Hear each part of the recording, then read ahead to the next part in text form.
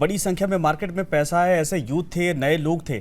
अब उनके लिए चुनौती यही है कि अगर वो छोटा ट्रेड 10,000 का भी करते हैं, एक उसमें से 700, 800, 900 का अमाउंट अच्छा खासा जाएगा उनके लिए। दूसरा, ये लॉन्ग टर्म जो थे वो सेफ थे कि भैया इन्वेस्ट कर दिया हमने, पैसा समझ में आता है। अब उनको भी मोटा चार्ज देना पड़ेगा। तो ये वही मैं कह रहा हूं कि ये इन्वेस्ट के मायने में, या कहा जाए कि जो मार्केट पर भरोसा कर रहे थे उनके लिए सही है, या मार्केट से मूव आउट करना शुरू कर देंगे वो? इसका थोड़ा सा बड़ा पर्सपेक्टिव पर बात करता हूं मैं। हाँ। आप अगर इमीडिएट देखेंगे तो लगेगा नहीं, गलत है। हाँ। 12.5% कर दिया 10% का, उधर शॉर्ट टर्म पर 15 से 20 कर दिया, गलत है। हाँ। अभी देखें, जैसे बिहार में 26,000 करोड़ का बजट दिया है। बिल्कुल। और भी टूरिज्म पर बहुत सारी चीजें करी गई है, ये इंटर्नशिप की बातें बहुत सारी चीजें हुई है। अल्टीमेटली पैसा, महंगाई सिर्फ हमारे लिए नहीं बढ़ रही, गवर्नमेंट के लिए बढ़ रही है ना। पैसा आएगा किधर से? गवर्नमेंट हमसे लेगी ना। तो हमसे लेकर के वो कहीं ना कहीं इन चीजों में खर्च करती है। देखो, मैं गवर्नमेंट के फेवर में नहीं हूं और मैं गवर्नमेंट के अपोजिशन में भी नहीं हूं। मैं एक नेचुरल न्यूट्रल होकर के बात कर रहा हूं, समझने वाली चीज। स्टॉक मार्केट में आप अगर इकोनॉमी देखें, इस गवर्नमेंट को यह पता है कि हम इकोनॉमी तो बढ़ाएंगे, ऊपर तो लेकर के जाएंगे हम देश को, पीएसयूज तो बढ़ेंगे, कॉन्ट्रैक्ट तो मिलेगा। ये 26,000 करोड़ किसी न किसी पीएसयू का तो फायदा कराएगी ना। इसका मतलब सरकार ये भी समझ रही है और समझा भी रही है कि हम तुमको पैसा बनवा के देंगे, स्टॉक मार्केट तो ग्रो करेगा। अब उसमें से 10 का 12 दे दो, 15 का 20 दे दो। नहीं, प्रॉफिट की अपॉर्चुनिटी भी तो गवर्नमेंट ही क्रिएट कर रही है। लेकिन तो ये भी तो है, सेबी खुद कहती है कि भाई 10% में से अगर 10 लोग ट्रेड कर रहे हैं तो एक ही प्रॉफिट कमाता है, 9 लॉस करते हैं। तो एक बहुत बड़ा मार्जिन तो पब्लिक के लिए भी तो ये लॉस वाला है। नहीं, ये आप ऑप्शन ट्रेडिंग की बात कर रहे हैं, एफएनओ में बात कर रहे हैं। तो एसटीटी वही लग रहा है। और लॉन्ग टर्म के लिए भी बहुत सारे, जिसके पास मोटा पैसा पड़ा है वही इन्वेस्ट करता है। ये एसटीटी वाले में मैं थोड़ा आपके साथ हूँ। ये थोड़ा जाती हो गया। लॉन्ग टर्म वाले के में ज्यादा खिलाफ नहीं हूं मैं, लेकिन एसटीटी वाले में तो मैं भी हूं, क्योंकि ये छोटा मोटा नहीं बढ़ा है, ये 60% लगभग बढ़ गया है, ऑलमोस्ट डबल के हिसाब से। बिल्कुल सही कहा आपने। और इसके साथ ही जब हम बात कर रहे थे कि किस तरह से अब लोगों को जो उनकी बेसिक नेसेसिटीज हैं उसमें कोई फायदा मिलेगा, लेकिन उसमें बहुत ज्यादा बदलाव रहा नहीं है जो देखने को मिल रहा है। आप ठीक है, आप जैसे आपने शुरू में बोला कि इलेक्ट्रिक व्हीकल या फिर जब हम सोलर पैनल की बात करते हैं उसे लेकर, लेकिन जो आम आदमी है ना वो वैसे भी बजट से दिल चुराता है ना। उसको नहीं पता कि फिस्कल डेफिसिट क्या है और मैं इसको कैसे समझूंगा। उसके लिए ये भाई आप ये बता दीजिए मोटा मोटा मेरे लिए फायदे की चीजें क्या है, खासतौर से मिडिल क्लास के लिए। देखिए, मिडिल क्लास का मतलब हम सैलरीड मान लेते हैं, हालांकि नॉन सैलरीड भी एक बड़ा तबका है, लेकिन मिडिल क्लास सबसे पहले यही देखता है कि मेरा पैसा बच कहाँ रहा है। इमीडिएट इफेक्ट, बजट आया और कल से मेरा पैसा बचने लग जाना चाहिए, ये आम आदमी की उम्मीद है। लेकिन ऐसा होता नहीं है। सरकार बड़े स्केल पर काम कर रही है। सोच के देखिए, कल पेट्रोल 50 रुपए हुआ करता था और मुझे मेरी गाड़ी अगर 10 का माइलेज देती थी तो जितना खर्चा होता था मेरा उस समय 10 किलोमीटर कवर करने में, आज पेट्रोल 100 रुपए का हो गया है, लेकिन सड़कें अच्छी हो गई हैं, तो मेरा खर्चा तो आज उतना ही हुआ है, समय उल्टा मेरा बचत हो रहा है। तो मैं इसको क्या बोलूं? सरकार ने पेट्रोल महंगा करके गलत किया, बदले में रोड बना करके अच्छा कर दिया। समझ रहे, चीजें कहीं से आपसे ली जाती है और कहीं लौटा दी जाती है। मैं इसे ऐसे समझूं, अगर आम लोगों की भाषा में, भाई हम ये कह रहे हैं कि कई, अच्छा पहली बात तो ये कि लोग ये जब ये शायद एक भ्रम है, आप एक्सपर्ट हैं तो आप भी इसको क्लियर करेंगे कि जब ये कहते हैं ना कि जब ज्यादा कर्जा किसी देश पर हो जाता है, उसकी दर जीडीपी से भी ज्यादा जब कर्जे की होती है, वो तो जर्मनी और ब्रिटेन जैसे देश भी इस पर रिस्क लेते हैं ऐसा कर, लेकिन आप उस कर्जे को कैसे यूज कर रहे हो। अगर आप ये कहते हो कि आप उस कर्जे को कंस्ट्रक्टिव वे में यूज कर रहे हो, जैसे अभी आप कह रहे थे हाईवेज बना दिए, तो उससे आप टैक्स लोगे तो आपको घाटा कम होगा। अगर आप लोगों में बांट रहे हो तो उससे ये हो जाएगा कि लोग उसे खर्च करेंगे, मार्केट में डिमांड बढ़ेगी, सप्लाई कम होगी, तो उसमें महंगाई बढ़ जाएगी। तो फिर आप इसे कैसे जस्टिफाई करेंगे लोगों के बीच में कि देखिए जो कर्जा हम ले रहे हैं, हम इससे कंस्ट्रक्शन भी कर रहे हैं, लेकिन हम टैक्स भी आपसे लेंगे और वो भी बढ़ा हुआ लेंगे, उसमें आपको कोई, हम उसमें सहूलियत नहीं देंगे। बिल्कुल सही। इसको देखिए, जस्टिफिकेशन, ये चीजें तो समय के हिसाब से क्लियर होंगी। लोगों को समय लगता है ये चीजें समझने में, स्पेशली आम आदमी। जो कॉर्पोरेट वर्ल्ड के लोग हैं वो फिर भी 5 साल 10 साल 20 साल का हिसाब किताब लगा के समझ जाते हैं मेरे को क्या क्या मिलने वाला है।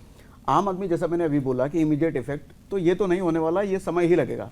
आम आदमी को ऐसा लगेगा अभी कि मैं कॉम्प्रोमाइज कर रहा हूं, मुझे लूट लिया गया, मुझे कुछ नहीं मिला, लेकिन over the period of time उनको भी लगने लग जाएगा। जैसे आज बहुत सारी चीजों हमने ईवी की बात कर ली, ऐसा भविष्य में भी लगने लग जाएगा, अच्छा ये उस टाइम आया था जिसकी वजह से आज मुझे फायदा मिल रहा है।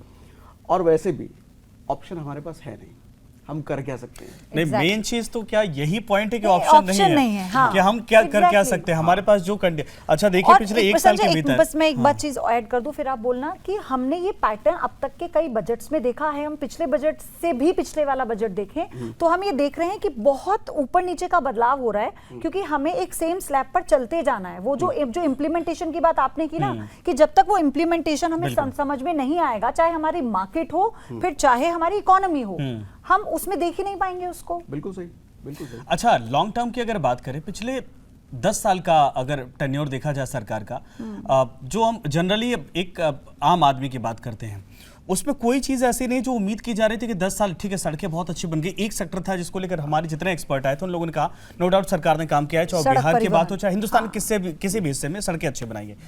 लेकिन बाकी दूसरे सेक्टर में जो उम्मीद लोगों की थी, वो चाहे किसानों का हो, चाहे हेल्थ सेक्टर हो, चाहे महंगाई के मसले पर हो, चाहे पेट्रोल डीजल कम करने के मसले पर हो, चाहे दाल तिलहन से लेकर दूध तक, उसमें कहीं भी उसको कहीं फायदा मिला नहीं और जेब में पैसा आया नहीं। पिछले 9 सालों में 2 मंत्रालय, रक्षा डिफेंस और उसके बाद जो मेरे सहयोगी बता रहे हैं संजय, सड़क परिवहन, अगर हम मंत्रालयों को जब एलोकेशन की बात करते हैं, एलोकेशन ऑफ मनी, इन दो को सबसे ज्यादा मिला है। फिर सही बात है ना, किसान जो कि एक आम आदमी भी है, जो एक मिडिल क्लास भी है, उसको आप कैसे सेटिस्फाई? इस बार तो सवाल ये भी कि रेलवे को भी बहुत कुछ नहीं मिला, जो आम लोगों का ट्रैवल का सबसे बड़ा माध्यम है। हाँ, अच्छा, अभी आप देखें तो अभी कुछ दिनों पहले इंटरिम बजट गया फरवरी में, और अभी तुरंत ये आ गया, तो बहुत ज़्यादा टाइम डिफरेंस है नहीं।